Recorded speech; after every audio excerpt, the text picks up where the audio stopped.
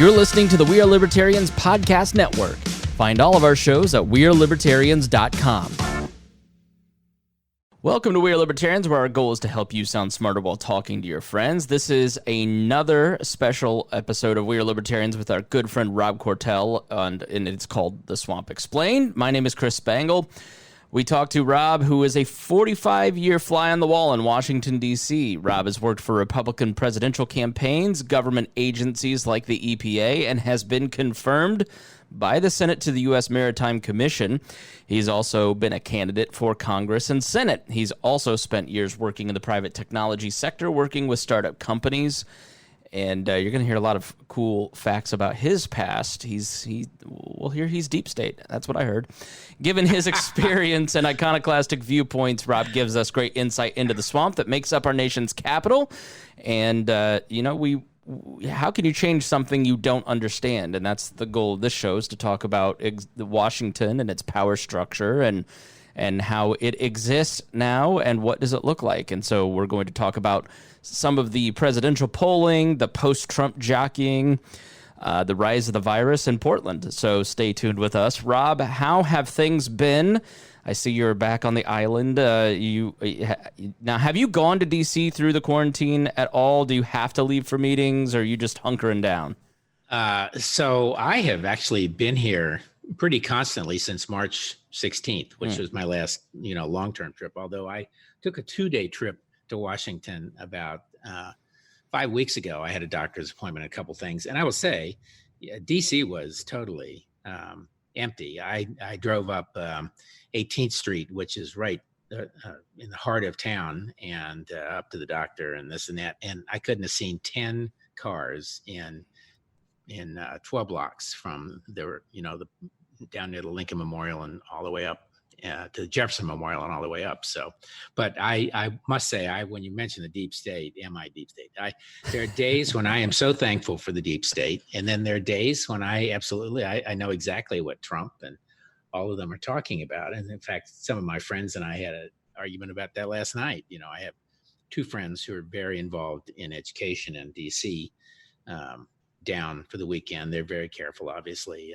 And my wife is likewise very involved, heads a charter school, chairs a charter school network and stuff like that. So we hear a lot about education and talk about a pain and problem. Maybe we should add to that to our list. Let's start there, because I'm interested in the conversation. What was the conversation that you guys were having without betraying confidences? Well, without doing any of that, I think one of the interesting things is what we hear a lot right now. It's kind of the battle between the teachers' unions and Trump and parents and teachers, independent of the unions. And I think what we all hear from the anti-Trumpers is, he should follow the science. He should follow the science. And by the way, this is part of that conversation from last night, which is, and by that they mean the science on the disease. Right.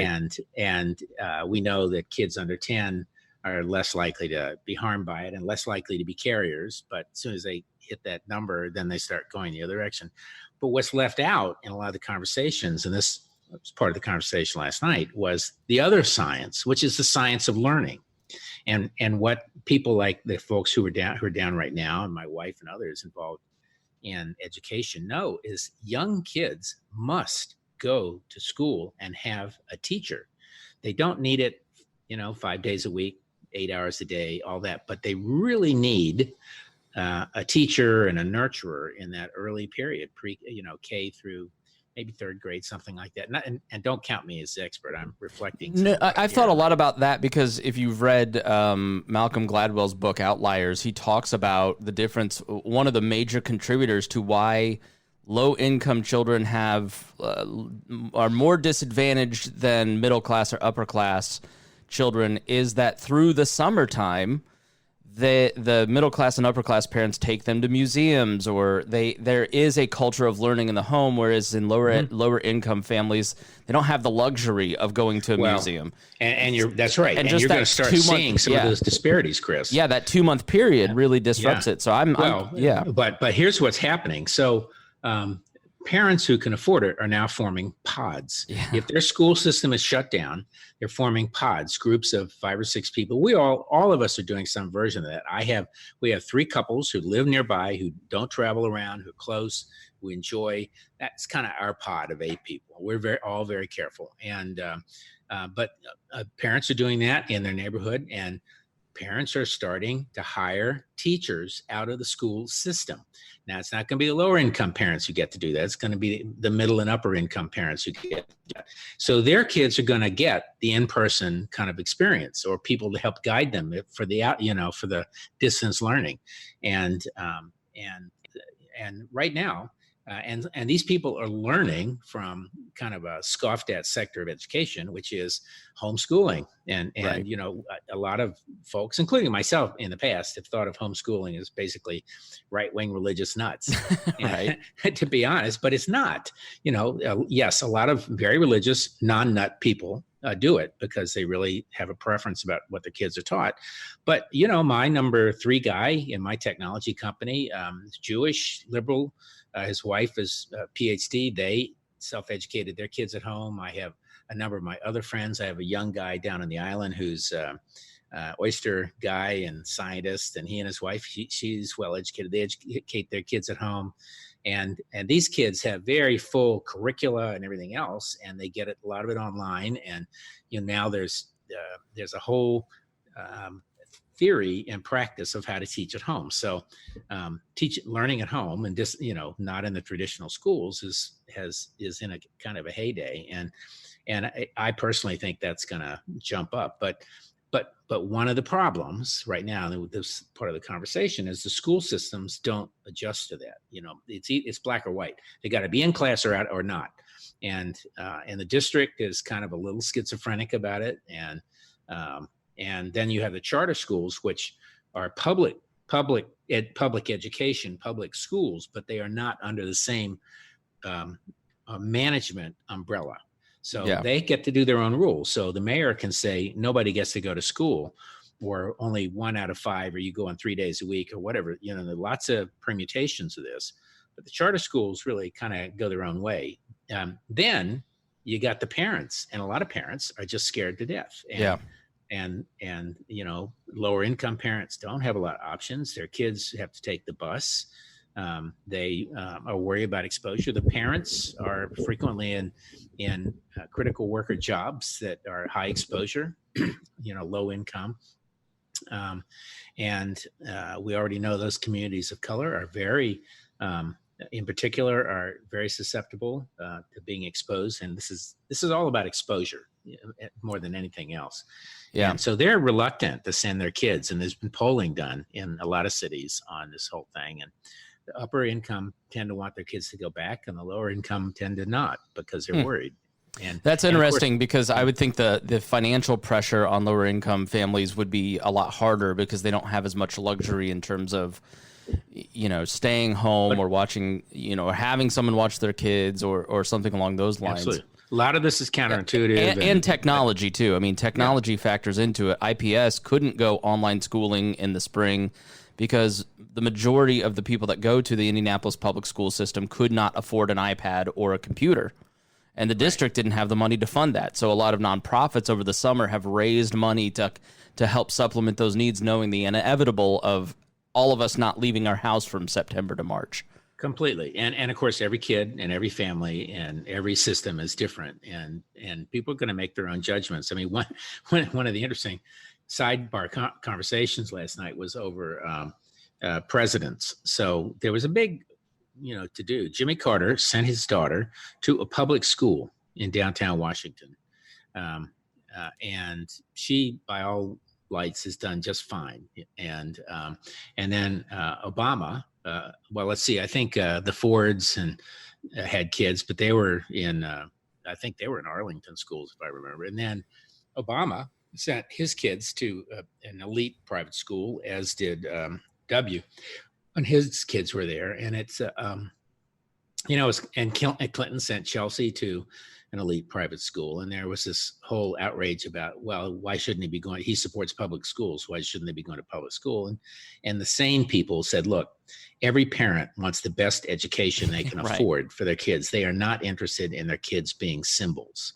Right. I think Jimmy Carter was more of that, but that's fine. It was a very different period in time, and symbols were important, frankly, right after the whole Nixon thing. So, but these were controversial locally as well as nationally. But so, like one of the women was saying, she has two young kids, and they're twins. One is doing really well under this, and one is not so well. He really needs teachers and that kind of structure. And I'm doing some work myself with Virginia Institute of Marine Science on an app for fishermen where you can aim it at the fish and it will tell you what it is and measure it and report the data.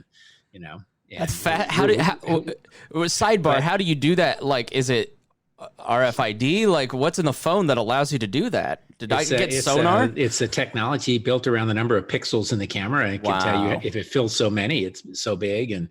But that woman is a scientist who I'm working with, and her husband's a scientist, senior scientist. Their kid, who's like 10 or 11 or 12, is skipped ahead 2 grades in science and 2 grades in math. So some kids flourish and others don't. And then, college is part of this picture too. I mentor a kid, a young guy from Rice, where I went as an undergrad, and I called him up and said, well, how are you doing and how the class is going? So, mostly it's okay. It's not so good in every respect. So, but like he said, my physics class, I have a hard time when I'm there understanding the professor. Sort of Chinese speak. I just can't understand him half the time. Too fast, this little language barrier. And he said, so now I get my choice of professors, and I get to watch the lecture again and again if I don't get it the first time. So again, every kid's different. Every situation is different. And that's the other thing.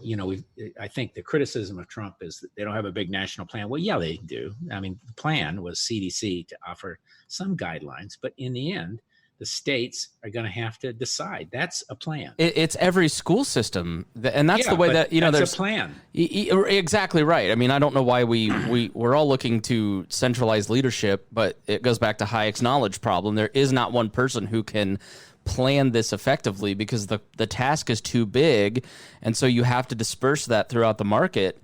And allow me to go even further, libertarian. Like, if you're cynical about the future of liberty, we've just watched government schools be destroyed by the government in about 6 months, and now the only way to really salvage education for the next generation is through innovation in the marketplace. And so that's why you have to the teachers unions are, as every power does when they're losing its grip, are trying to clamp down on local politicians and grab power. But this is an amazing time for innovation. My girlfriend was homeschooled. She is now an online teacher for Chinese kids who want to learn English. She teaches overnight. She does that. She also teaches at a Christian school here locally in a classroom. Well, so I've watched kind of the last few months, and I'm going, you're better suited than ever because your skill set, now that you have this body of work that you can transition. And she's been telling me a lot about how everybody's trying to move online or move to the pods or move to innovative solutions because they have to. And it's never going to go back. Like, and this is what the unions know, is once you fundamentally disrupt an industry, it never goes back. And the internet age has disrupted every major industry except education and government. And one down, one down, one to go. And I think that what 2020 has done is, in a lot of ways, validated a lot of the natural rights, small government arguments, in that your localized control is incredibly important. There is a problem with the state's relationship to its citizens, especially in minority communities. Education is too centralized, and it needs to be handed back to local schools. Like, the best way for us to get through a lot of this is to really return to local control and give power back to parents. And when Trump says the money should follow the student, if you're the public school systems in Indiana, and I assume maybe it's this way everywhere, the first 2 weeks, the amount of kids that show up to your public school is the amount of funding you get for the rest of the year. And so they literally have vans going out and picking up truant students. They have kidnapping vans in the IPS school system to get people to go to school. And that money, so you have a real challenge here, because what you're going to have is the public schools almost become ghettoized, in that as people in higher tax brackets can start to homeschool or do online learning, the funding for the public schools is going to get worse.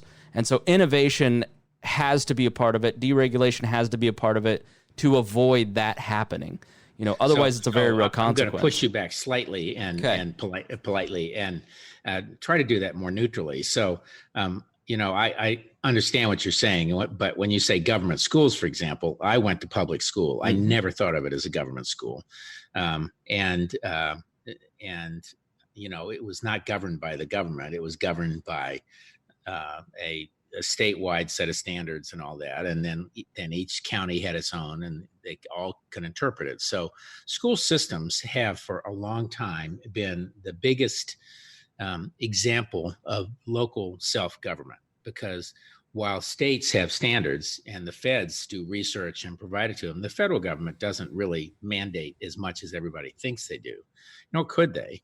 And number two, this is why I think this notion of federalism that the founders had was so crucial. I don't think they thought of it as localism. I think they thought of it as, at a high level of self-governance. But by the same token, when you think about this from the standpoint of governing models, neutrally, non-politically, it still makes sense. How can the alternative is China, where you have the government collecting data on everybody and everything and telling you, because they fear that they're going to change the government. Well, here we may not like our government, and some people may fear changing the government, but we happily go along and vote every 2 and 4 years. We're on a podcast criticizing the government. I mean, I say that all the time. Absolutely. We are a free country still. Yes. Yeah. And it's just very difficult. I think rationally it would be very difficult, but the politics has become so awful. I mean, the unions so clearly, whenever I see Randy Weingarten, head of one of the biggest unions, talking about the science, I know she's not talking about the science of education. She's talking about the science of COVID and about teachers, not about how to solve the problem for teachers. Right. All money, all Washington. It's not that. It's again, people looking, we've got a lot of, like in this county, we have 8,100 people. We have 1,000 students pre-K through 12. We have had a total of 10 cases, of which 4, I will admit, are in the last 2 weeks, in 5 months. And people around here don't wear the masks like they should. And I will tell you a story, by the way, where we dodged a bullet on that here, which I've been saying locally. It will only take one person to wipe out the whole county. But so this county, what they did, small county in Virginia, the average age is over 65. It's considered, I think the average income is in the 40s, low 40s, which puts it above poverty and out of the reach of certain programs. But that's mainly because 10% of us skew the income numbers to 90%, and a lot of retirees. And they bought 700 Chromebooks for their students with some of their money. That was COVID money. That was great. They have put up only about 30% of the kids can only get the internet and high speed on either a cell phone or on broadband at home, and 30% can't. So they've set up buses that travel around and park for a while. Students bring them out, kind of download their lessons, go home, work on it, and go back, or they can stay there. And they put up, and I told you I'm on broadband committee here, so we're doing a lot of interesting things. But people are doing workarounds that work for them. And some will succeed and some will fail abysmally. And I think this debate it's ludicrous that it's become so polarized. But, the one side is Trump has no plans, which is not true. They have followed a CDC directive. And I don't think Betsy DeVos is the greatest spokesman for much of anything. But her message was, you need to get kids back to school. I'm okay with that. The question is, how do you do it? And in some ways, it reminds me way back when of the oil embargo. I know you periodically like to dip into the past. Yeah. I was working for the Federal Energy Office, and we had to ration gasoline, and if your license plate ended in an odd number, you were on odd days of the week, and if it was an even number, you were even days of the week. So to go get it, but it's going to be a lot of that in education, a lot of experimentation. I do, like you, I do think that there's no question there's going to be more online. This is where if the education establishment, and by that you got the unions on the one hand, you got the management of education, superintendents on the other, and then you got parents, and then you got charter schools. If they can learn like from the kind of education practices your girlfriend does in homeschooling, and others can learn from that, then there will be a big component that even if you go back to public schools in the day physically, eventually you'll be able to go home and get private tutoring and other that, as part of the school system. It's right. part of the system. So anyway, you nailed it. You nailed it with the teachers unions, because what she said and what I've heard from others is that the teachers are afraid to go back. The people the adults that work there, especially since a lot of the teachers are older and at risk, and kids are just really gross. Like that, yeah. I mean, particularly little kids. They're just incubators for germs. Right. So yeah, I totally get it. So tell us about dodging the bullet. What happened there? Well, I've talked about, you just heard me talk about the county, and I'll tell you what, I'm sure I told everyone that I stopped going to the local grocery store about 2 months ago, because, in fact, almost 10 weeks ago, because I'd go in and almost no one was wearing a mask, and I kind of confronted the store manager, who I like, and said, I'm going to stop coming here because nobody wears a mask. And, and it's just irresponsible. They, I'm wearing a mask. I'm protecting you, but they're not protecting me. And she said, oh, I know. It's just awful. Very irresponsible. And she wasn't wearing a mask. And the irony and I stopped going. I drive an hour and 10 minutes, as I was saying, down to the Whole Foods and Newport News, where everybody's been doing it. And I go to Walmart. They've been doing good social distancing practices and the masks. And but again, people's attitude is, we're not going to get it here in Matthews, because nobody comes and goes. Well, about probably half the population's retired and they don't travel much. And then but the young people, it's a small percentage, but half of them go down to Newport News to the shipyard, which has its own outbreak, and all those areas are really problematic. I mean, among the areas in Virginia that have the highest numbers, it's kind of where I go for my groceries. Right. But where they're careful. And, but anyway, so, my daughter and her husband and my granddaughter, 3-year-old, live in Dallas. And they came out for the week before the 4th of July. They're very careful. He's with a big healthcare company, and she's been remote. They've been remote the whole time. And my brother, who lives in Florida, has a place in North Florida, in Crystal River. And he's been very careful. He has an underlying minor condition, and for which he takes Coumadin, or not that, but some equivalent blood thinner. And he was going to come up, and then he all of a sudden decided not to do it. And he's kind of a little bit of a libertarian too, and he didn't want to get stuck in Virginia. He said, like, he didn't want to come up and have to self-isolate. The police state of Virginia. Had 1 week of vacation, so he canceled. Well, I hadn't talked to him for like 4 weeks. Called him up, Zoomed with him the other day, and turns out 3 or 4 days, 5 days into when he would have been here, he developed a massive headache. He said never had headaches. The next day, 104 temperature. The next day, breathing issues, and he clearly had it. And he had gone out, despite being careful, down to Tarpon Springs and had lunch at a restaurant there. And, and his girlfriend did not get it, but she's been careful because she has a kid who's got an issue too. And it turns out he was fine. He did telemedicine, never had to go to the hospital, but it was pretty awful, he said. And he said his doctor said that what saved him was the fact that was helpful was that he was on a blood thinner. So, we had these micro strokes in the lungs and all that kind of stuff. So he said it was the worst thing he'd ever had, but he managed to survive without the hospital. But if he had been up here, if he had not randomly canceled his trip, he would have exposed my wife and myself, my daughter, son-in-law, granddaughter, our 6 friends who would have been in and out over those 5 days.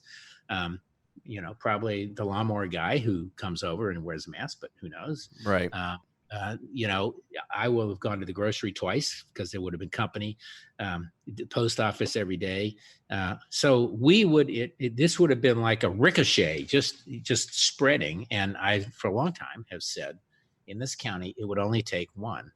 And, if we went to church, which we don't, if we would have spread it to everybody in a church or any other meeting. So that's when I say, boy, we dodged a bullet. And it just really makes you think. So we try to be very careful. And I think the thing that I keep coming back to, and maybe I wonder if the anti-mask thing has hit your feeds. Like in my echo chamber online, it's, I saw the other day, like you will die if you wear a mask because of all the bacteria. It's just, my feed has gone very anti-mask, which is just, whenever you use force instead of persuasion, that's what happens. But, at what point, and so the mask is really the trade-off, right? Like to keep people like yourself safe or your brother who's at risk. Yeah, everybody wears the mask, so it stops the spread by about 70%, and that's the trade-off. And so it's an action you take for your community and the people you live with. Right. But there's also the sense of like, well, I don't know how long this is going to go on. It's not like a tropical storm that'll be over in 6 weeks. We got to live our lives. Like, at what point does your brother start traveling again? Or, I mean, if he never had it, right? If he just never had it, like when does real life resume? And I told him to come on up here and give us some of his plasma now. Yeah, right. So I'm wondering if you have thought about like the long-term future as opposed to just this short-term wave. Well, I think my personal opinion is we probably could learn something from Asia here. The Japanese and the Chinese and Asian societies, which are much more densely packed than ours, have for 100 years worn. They began wearing them regularly during the flu in 1916, 18, when it was spreading worldwide. And so they're kind of used to it. And I must say, I think there is, I suspect that the other viral diseases will decline over this period as people use masks. It won't just be COVID. So that'll be an interesting thing to see a little bit later. But, there is I have this dystopian vision of all this too, and you're starting to see some of it. I have this idea, there's kind of a story here, a science fiction story about a future where people, everybody wears masks, and you wear mask clothing and you wear makeup that, in fact, there's a book on this. I'll give you the name before we're over here. It's by two guys who wrote this great war a novel some number of years ago. Had been with the National Security Council, but anyway, so they wear makeup that reflects the cameras looking at you, and so of course, so I'm mixing the idea of disease prevention with the idea of privacy. Yeah. And, we're spied on all the time now. And I don't mean that in a, kind of a crazy idea. It's everywhere. You walk around with your cell phone, it's being tracked, the day it's being used. You walk into restaurants or down the street and it's all in a facial camera and your DNA is being collected. And of course, in China, they're doing it deliberately and systematically. And here we're doing it randomly without any controls. And I think if I were in Congress or the Senate, my biggest single issue would be how to deal with this privacy thing going forward. So back to your question, can you imagine a society where your clothing is designed to appear like a stealth clothing? The Sharia law people, everybody wore a face mask. The Sharia law people turned out to be right. What in the world's going on? All these conspiracy theorists. We're all prepper homeschoolers now. And it'd be like, you can imagine you wear all sorts of different kinds of masks. I mean, maybe mask is a fashion statement, but to me, it would occur. You could in the dystopian view, it would occur in the future as the only way to get privacy is to be able to walk into it and not be seen. So, well, let's talk about the dystopian future. We'll talk about Portland and then re-election. So what's happening in Portland is a continuation of the protest. Many of them, I mean, I saw one set of protesters the other night with a bunch of communist flags out protesting, and they've been tagging buildings. I mean, I don't think I don't think we have to illustrate the unrest that's gone on across the nation. And Trump has vowed to be tough on these people, and so he sent basically the equivalent of federal troops, activated several agencies, including the Border Patrol, to protect federal buildings. But in Portland, and he promises to deliver this to other cities soon, the federal troops are now starting to wander away from the block that the federal courthouse and federal buildings, and they're arresting people. They're putting people in vans. There's some that are marked with a police badge. There are some that are unmarked. The vans are unmarked.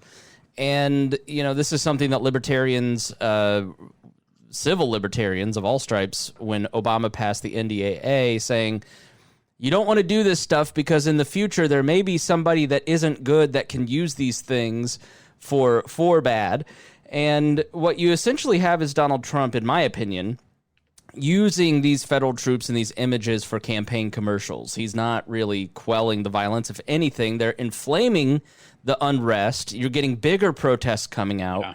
And a lot of these policing actions, what most people on the right that are screaming for more don't get, is that it increases the amount of radical activity because it inflames people so much that the state, and then it's just a tit for tat, which is sort of where we're at. So when you look at this story, what are some of your thoughts on it? Well, you're touching on a whole lot of different things. I mean, there's the issue of authority, and I think what will be found is that the president does have the authority, the federal government, to send in all of these various people. My personal opinion is that it is a mistake to use them on the streets. Most of them are not crowd control trained. I mean, customs guys and everything else. So that's that's one strand. The other is we're now a lot of white people, who are experiencing what undocumented immigrants are seeing, which is somebody snatches them off the street, which is a new kind of thing. So maybe there's some good in that for them to see it. But the third thing, though, is it really does bring me back. This is the swamp. It's how do things get where they are, right? So I do think that one of the big issues goes back to the Department of Homeland Security and its creation and 9/11, and folks don't remember all of the circumstances probably that led up to it. But at the time, customs wasn't one place, immigration somewhere else, and nuclear authorities were somewhere, and there were all these agencies scattered all over the place. And the Democrats had the idea initially of putting into a Homeland Security Agency, and they didn't call it that. I mean, the name itself is dystopian in my mind. I have always hated that name. It's one. There's just something. I don't know, communist, socialist, whatever the hell you want to call it, about using the term homeland. The only people who use that term historically are people who are kind of out of that Orwellian culture. Yeah. Right. And so the Democrats started, and then the Bush administration, second Bush, W, 43, basically realized they had to grab control of the narrative, and they opposed it initially, and then they endorsed it, and then they put it all together. And I had a small part in some of that, which was my company at that time. I had sounded the alarm on container security, which I think we talked about before. I had realized in the middle of the night that you could take an ocean shipping container, of which there are 40 million that come and go, and put a nuke in it, or chemical weapons, or maybe some kind of bio weapon or something like that. And no one would even know, or they would not have 20 years ago. And so my company was very involved in the whole data side of that. And I got I testified, and I literally got a call one day from one of the committees writing the bill. So what should be in the data part of this? What should the government be able to collect? And I helped write. I wrote language, which basically ended up in the bill and in the department, which gives them, in the end, an absolute authority, federal authority, to collect any data they want that they need for the purposes of Homeland Security. And I think, I was I was a little apprehensive then. I thought about all the consequences, but, at the same time, we all want to do things which contribute to the common good, and that was at the moment that was what was being contributed. And those kinds of moments happened for a lot of people, I think, at that time. I think the data aspect is the scariest part. And partly, we talk about the Chinese example where they're now collecting DNA from everybody, particularly men, and the cell phones now collect data on everything you do and everything you touch and everyone you meet and run into and monitor movements, and they're all run through massive algorithms developed by an American company, and using a lot of American technology to do all of this collection. And at least they have a plan, and their plan is they're going to control everybody. And here we are, it goes back to this federal thing. We don't have any, we truly don't have a national policy on data collection and use and all that, which is why you see these lawsuits periodically about the use of license, driver's license data. I'm sure our listeners, and you may remember 6 months ago, New York State and Cuomo and Trump got into a big snit. He cut him out of one of the programs because they didn't want to allow the feds to use their license data for something. So he cut him out of the frequent the traveler program. The license that has the little the special code on it that says you've been screened and everything else. And they relented the other day because they so need the data. I think that not they the state, but they the feds. Right. And but anyway, no, it's I think Portland is problematic for all sorts of reasons. And you're right, Chris. They are really ramping it up and making it worse. And for a lot of us, whether you're libertarian or civil liberties guy or conservative or liberal, a lot of people are really perturbed by this, as they well should be. And part of it's not deeply discussed. Yeah, I think people look at it and they go, well, I have no sympathy for college-aged communists and Antifa, and there's my brother. They're right. But the reality is that the outrage should be reserved for the state, in another term for the government, in that it has all of the guns and the power to put you in jail forever. It has a monopoly on force. And so they have a higher burden of behavior. Like there isn't an equivalent between an Antifa protester that uses violence and a federal agent, because there's less accountability and more power on the federal agent side. And so just because I say this to libertarians all the time, don't support the greater enemy for the lesser enemy. You know what I mean? Like there isn't an equivalent here, and you have to check the power of the state, because at the end of the day, like you said, we look back 20 years later and we have regret on what we developed, knowing now how it was used. Yeah. And so you have to think carefully. Creeping authoritarianism. That's exactly right. And so when you see this sort of behavior starting to take place, you have to check it, because if you don't check it now, where is it in 20 years? There has to be some long-term thinking. And I look at a lot of this, leftist panic that is going on. And it reminds me of the 2018 elections, when the spooky caravans were all coming to get us. Those caravans never arrived. And he did it to scare people into voting for Republicans. And it didn't work then, and I don't know that it's going to work now, even though it does work with a portion of the population.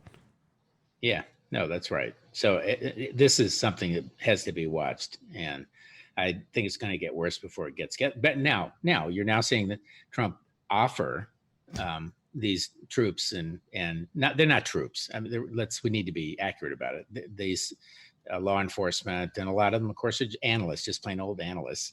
To the mayor of Chicago, who said, we're happy to have you help us on, the research and some of that, but we do not want troops. Now, he's not sending troops, not offering troops. So you're seeing both sides create a false narrative about where it's going.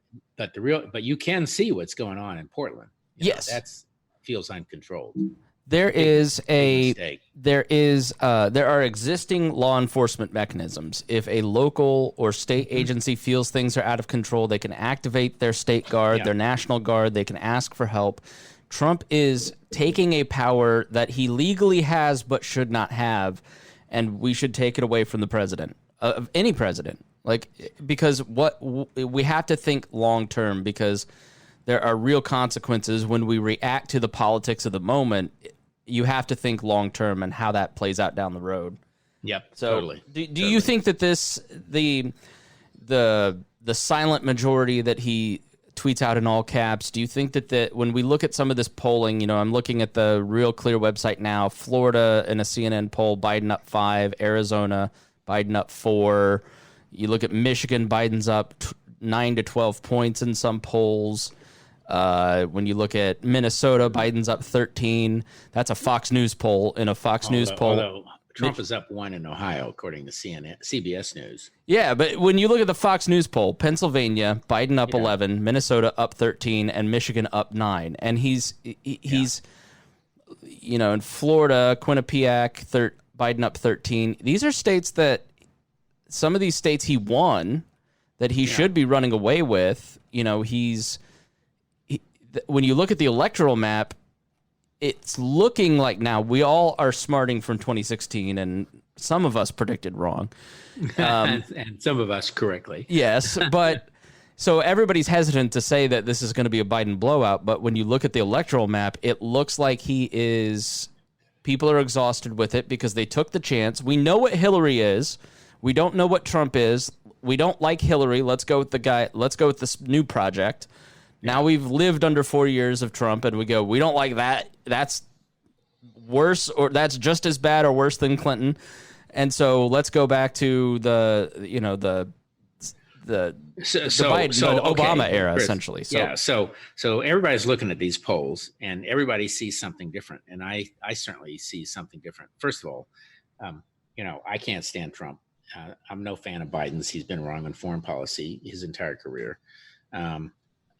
So let's just take this as kind of a neutral statement. And you all remember, I did predict Trump and missed only one state by 3%, and that was Virginia. But first, the national polling data means nothing.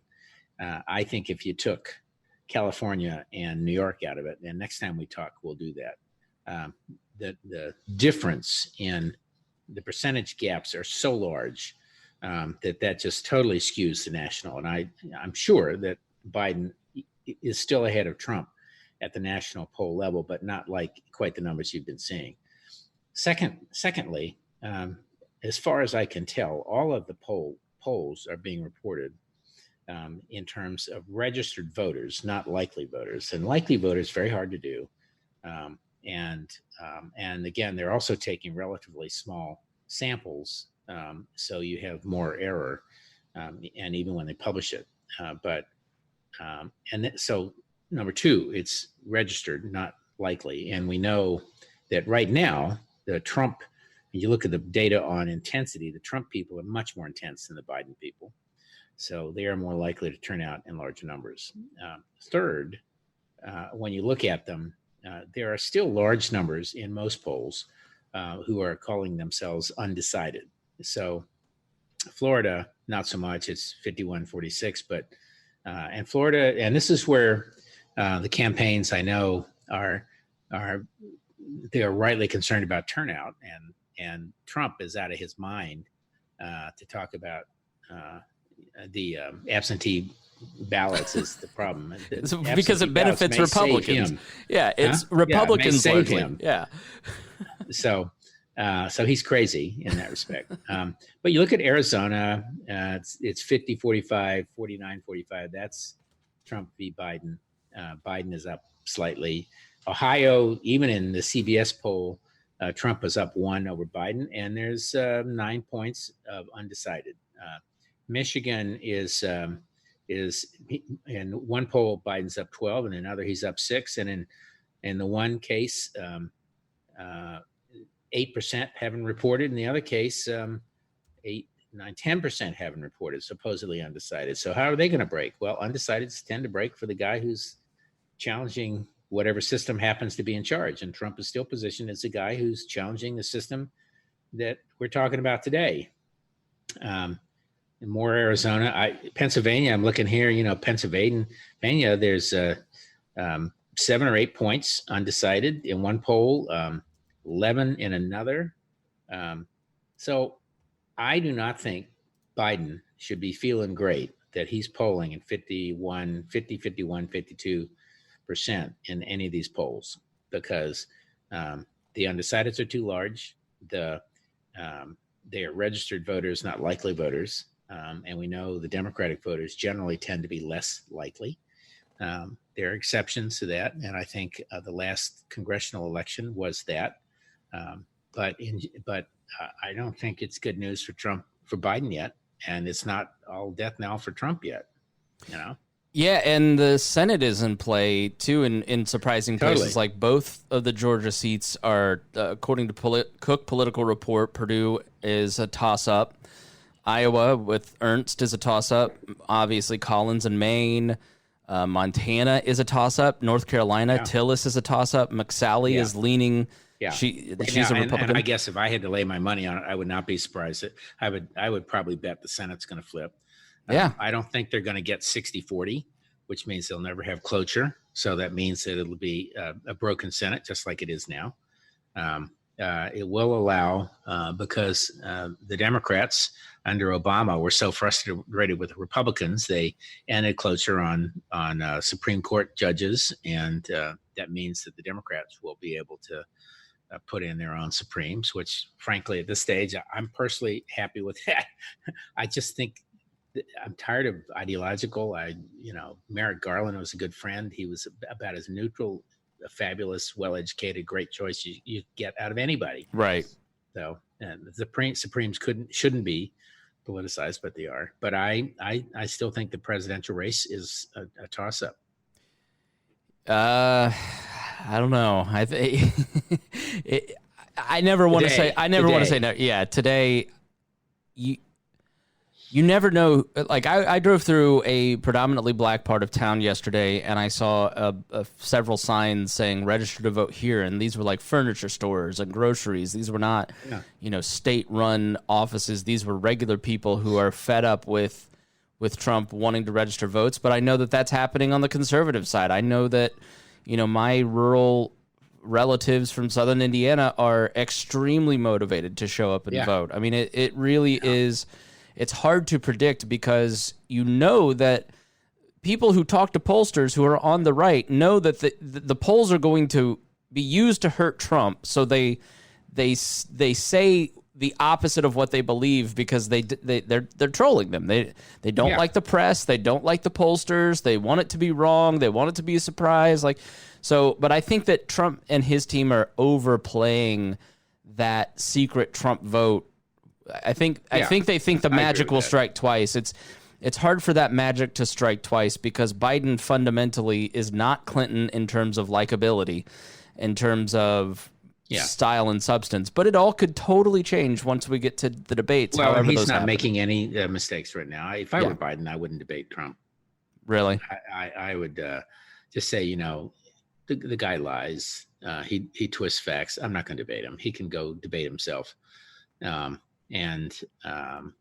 to be interesting to see how so of course, one of the pieces of political news is they canceled the live convention, basically. Republicans now. Big surprise. So now they're kind of playing catch up. The Democrats have been planning a digital convention for months. And so now it's going to be very interesting to see how those play out. We're less than 100 days to the election now, and we are less than 20 days, I think, is it 20? It's maybe 60 days out. So we're about, I think 40 days out of it's 90 days is one of the states can do mail-in ballots. So we're starting register for mail-in ballots. So we're starting that election process in probably a week, 10 days. And I would not be surprised if we see a new form of poll, Chris. Pollers calling for people who've cast their ballot remotely. And have you voted already? And for whom did you vote? So that's going to be a very interesting set of numbers. Yeah, those exit polls are always super fascinating to dig into. And Yeah. and for the wasted vote people, when you dig into them, the under 40 libertarian vote is always 10 to 15%. Over 40 who makes up the majority of voters currently. But when you look at the future, it's very libertarian leaning. And so it's, despite all your young red hat wearing friends. So we only have about 10 minutes left, but let's talk about some of the post-Trump jockeying, because Larry Hogan, just north of you, for instance, is constantly out there. You see Tom Cotton and Hawley trying to carve out the post-Trump era wing of the authoritarian right, and then you have the Rand Pauls kind of and the Ben Sasses in some respects trying to anchor the more natural rights order, libertarian leaning right. You've got Larry Hogan out there who's on TV. You can always tell who wants to run for president in the future because they're on the Sunday shows all the time, and it's been Whitmer and Larry Hogan like through the pandemic left and right. We have a little bit of that auditioning on the Republican side. Yeah. And we have a lot of auditioning for the vice presidential seat on the Democratic side. There are at least 4 or 5 women today who are on the short list, Black women who were on there. And I will say not one of them impressed me so much as Tammy Duckworth. And I think if he, I've said it before, say it again, if Biden had any sense, he'd drop his commitment to a woman. I'd love to see a woman on the top of the ticket and the bottom of the ticket and all that. But Andrew Cuomo right now is doing the best job of showing how people can lead. I could not. I agreed with you maybe in the past, but as of now, I couldn't disagree with you more. Well, I did. I told you one of our friends was displaying a Cuomo Fauci 2020 T-shirt. Yeah. Like the revelation of so long story short, the nursing homes. Oh yeah, New York. That's a mess. That's the. I mean, it's inexcusable. Florida's the same thing. Yeah. So, but in any case, but there were a number of women on today for that. And Larry Hogan was on today, and I like Hogan. I think, yes, he is jockeying. He decided not to run this time, which is probably intelligent. I am a little surprised at how early, except that he declined to endorse Trump yet, and who knows what he may do before the election's over. But he has a book coming out, so he's on a book tour. So that's a digital book tour. So that's some of what's driving that. The people I have not heard from who I like are like Ben Sass, but now Ben Sass is up for re-election this time, so he's probably keeping his head low. And he is, and then come 2024, is Paul Ryan going to come back out? Paul Ryan, a lot of people like.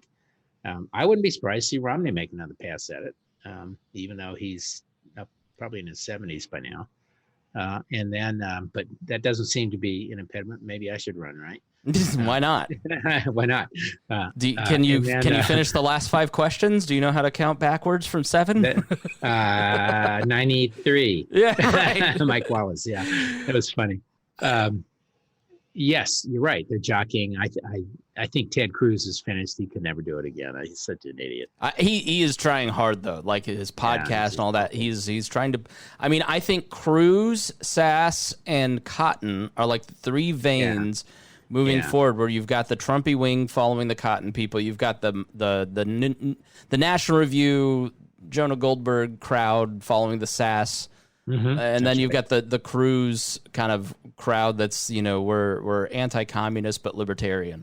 And then you got the people on various edges doing Nikki Haley and all that kind of stuff. I think Trump would be intelligent to dump Pence and put Haley on the ticket now, but I don't think she'd do it. I think a lot of people think he's be a sinking ship, but sometimes being the last man on a sinking ship is a good thing. Yeah. Do you think that you'll start to, because of these sinking poll numbers, because of the Senate, do you think there's a point where McConnell says to everybody, it's fine, bash Trump, everybody save yourself, stop trying to be loyal to the president? I think he's already doing it. I really think that you're starting to see these guys really, really, really move independently out of that. So, yeah.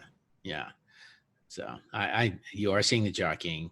I don't know that I don't know. I told you I go to this group every other week, it's sort of, it's a lot of never Trumpers, but it's also kind of centrists and others. It's I've forgotten the name of it, but anyway, it's run over by Niskan Center, and Yeah. And I'm just convinced that so much and so many times they're not realistic about what the future is going to look like. I cannot predict yet what I think the post election is going to look like. I think the worst scenario of all for the party would be if Trump wins. It'll be the destruction of any, and I don't mean this in an apocalyptic way. I think he just doesn't have any philosophical mooring. So I think that it would be the destruction of any kind of sort of political philosophical moorings in what used to be the Republican Party. They're pretty far gone already, but it'll be something new, and it'll be the new, whatever the new Republicans, and maybe we're the old Republicans. David Bose posted the Never Trump issue from National Review, and you look at the names, and it's literally David Bose and like one other guy are the only ones left. Everybody else on that cover that was Never Trump are radically pro-Trump. They've shifted so much, and it's so much about maintaining power that they've forgotten philosophical leanings. And I think that you're right. Any kind of philosophical libertarian streak that Reagan introduced and tried to preserve and popularize through the party will be gone if Trump wins re-election. Obviously, the worst result is if it's extremely close and Trump loses. Because then you've broken the legitimacy of the presidency and the transfer of power totally. Well, and I do think that I think that one of my friends who's very heavily involved on the left, he's not a leftist, he's just involved on that end of the spectrum with the election. What they fear, and I don't discount it, is that if Trump loses, he'll be kicking and screaming all the way out. I'm frankly less fearful of that, but what they are worried about is the lag on the results because of the mail-in ballots and all the rest of that. And those can go for a week, 2 weeks, 3 weeks, and the damage that could be wrought in that time frame by a Trump to the public psyche and acceptance of whomever wins would be 10 times what happened over the Gore-Bush deal. Yeah. So no, we're in agreement there. That is what they fear the most. Well, we only have a couple minutes left, so to give us maybe a show or a movie or a recipe or something, what's from. Well, right now I'm watching. We're watching it's so funny when we do Zooms. Everybody compares their Netflix. We all now, even the old people, go home and Netflix and chill. I don't know how much chilling there is, but a lot of Netflix. But so we've been watching the Medicis, and that's at first it was sort of skeptical. You want these TV things, but it turns out to be reasonably accurate and great characters, and so friends are all recommending this or that. I continue to recommend Babylon Berlin as our favorite of the last several years in terms of content and character development and productions, all of which are interesting. And it's a very interesting period of time, which is the Democratic Republic in Germany between the two wars, and with the communists and the Nazis and the royalists and all of them running around.